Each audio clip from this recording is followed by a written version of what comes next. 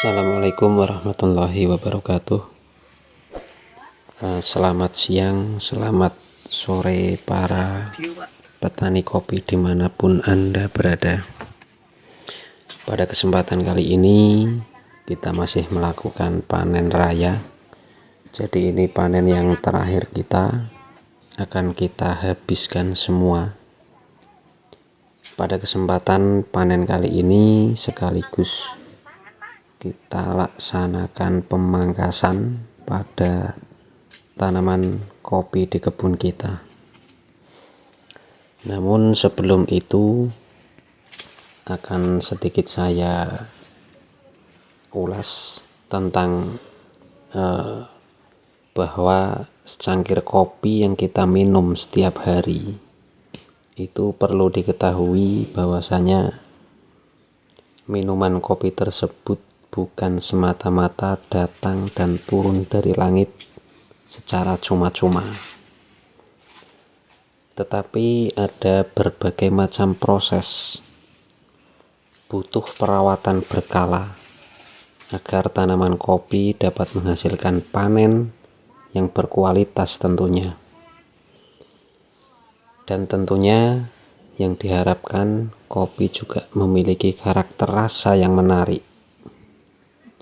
Oleh karenanya, terpujilah bagi para petani kopi yang senantiasa menumbuhkan semangatnya dalam melakukan perawatan dan pembudidayaan tanaman kopi. Meskipun terkadang masih banyak permasalahan dan kendala-kendala yang kerap kita hadapi, khususnya dalam melakukan perawatan tanaman kopi.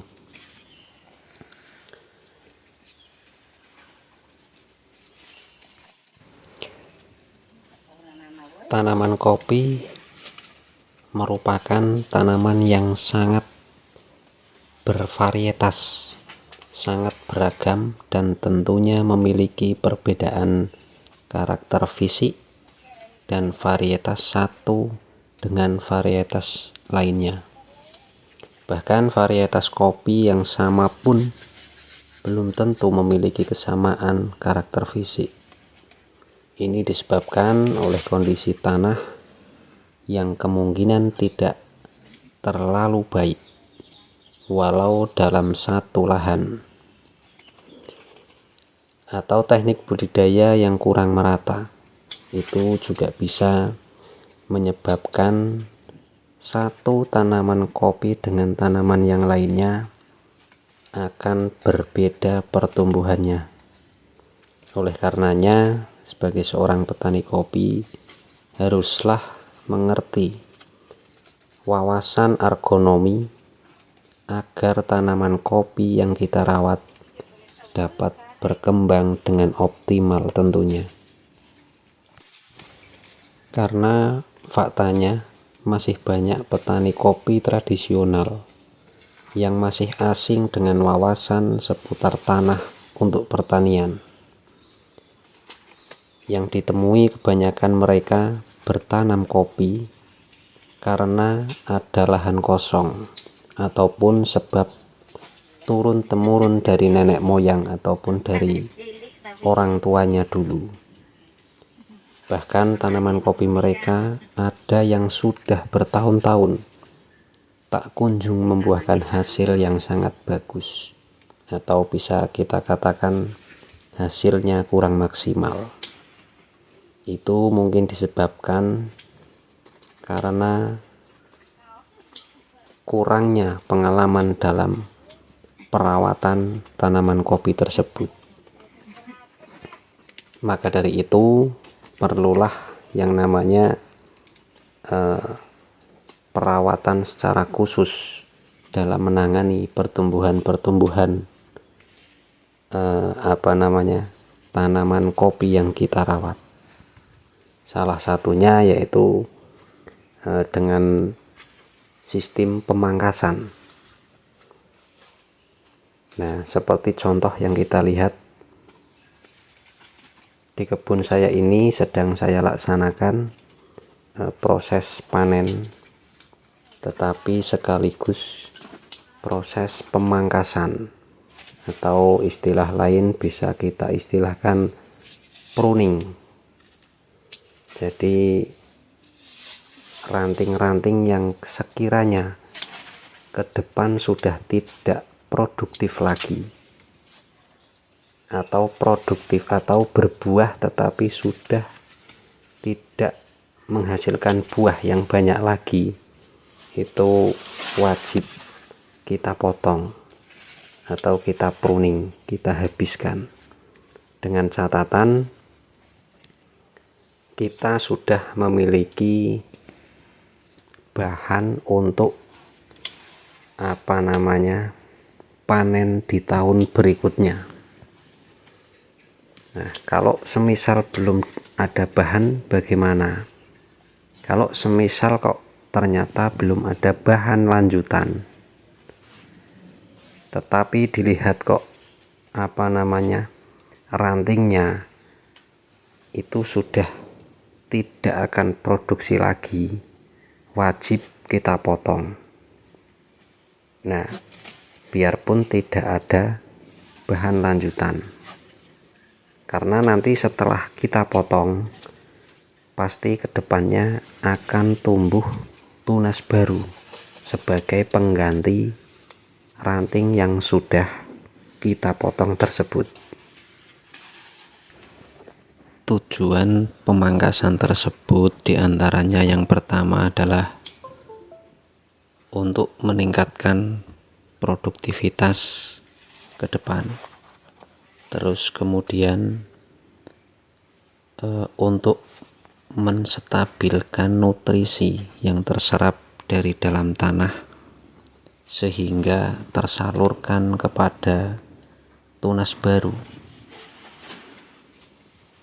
yang mana nantinya tunas baru tersebut menjadi salah satu pengganti ranting yang sudah kita potong tadi. Jadi kalau ranting-ranting yang sudah tua, yang sekiranya sudah tidak bakal berbuah lagi, kok tidak kita potong, itu malah akan justru menghambat pertumbuhan ranting-ranting baru atau tunas-tunas baru yang nantinya akan menghasilkan buah yang lebih bagus daripada yang sebelumnya. Makanya ranting-ranting tua atau tunas-tunas ranting yang sudah sekiranya tidak produksi lagi, wajib kita habiskan atau kita pruning, kita potong total. Terus kemudian tujuan daripada pruning atau pemangkasan yaitu agar tanaman tetap rendah sehingga mudah dalam perawatannya ke depan. Kemudian membentuk cabang-cabang produksi yang baru secara berkesinambungan dalam jumlah yang cukup tentunya. Terus yang selanjutnya, pemangkasan ini juga mempermudah masuknya cahaya dan memperlancar sirkulasi udara yang masuk ke batang as atau ke pangkal as pada tanaman kopi tersebut. Mempermudah dan dalam pengendalian hama tentunya. Jadi ketika kita sudah melakukan pruning, sudah melakukan pemangkasan, tentunya dalam pengendalian hama tanaman akan lebih mudah.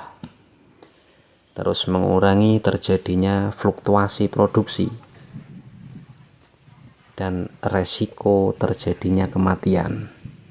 Jadi manakala tanaman terlihat agak kurang sehat, itu kalau sudah kita pruning nanti akan lebih mudah dalam penanganannya. Yang terakhir mungkin yang saya ketahui, yang jelas mengurangi dampak daripada kekeringan Karena ini musim kemarau, dengan adanya sistem pruning ini dapat menjadikan kopi tetap bertahan hidup, karena nutrisi yang harus diserap itu tidak terlalu banyak. Namun perlu diketahui juga bahwa pemangkasan ini tidak serta-merta seenaknya sendiri, atau dalam artian kita harus benar-benar ngerti mana tunas-tunas atau cabang-cabang yang boleh kita buang atau boleh kita pangkas. Di antaranya yaitu cabang yang sudah tua, yang sekiranya telah berbuah 2-3 kali. Karena cabang yang sudah atau batang yang sudah berbuah 2-3 kali itu kemungkinan besar di tahun berikutnya itu sudah tidak produktif lagi dalam pembuahannya. Terus kemudian cabang balik, artinya cabang yang berbalik atau menutupi pangkal as atau pangkal batang kopi tersebut, di pangkal setekan, karena itu akan menutupi pangkal as atau secara tidak langsung mengurangi nutrisi sinar matahari yang masuk ke batang kopi tersebut. Terus kemudian cabang air atau yang biasa kita sebut tunas air itu juga wajib kita pruning atau kita buang. Terus kemudian ada lagi tunas cacing, cabang yang tersarang hama penyakit. Selain tunas cacing juga cabang-cabang yang terserang hama penyakit itu juga wajib kita hilangkan. Oke, mungkin sekian dulu review kita kali ini, semoga bermanfaat, dan mohon maaf apabila dalam saya menjelaskan ternyata kurang pas, ada banyak kesalahan dan kekhilafan dalam tutur kata. Saya pribadi memohon maaf yang sebesar-besarnya. Sampai jumpa kembali di video saya selanjutnya. Salam sehat, salam hormat kepada para seluruh petani kopi Indonesia dimanapun Anda berada. Sukses selalu. Assalamualaikum warahmatullahi wabarakatuh.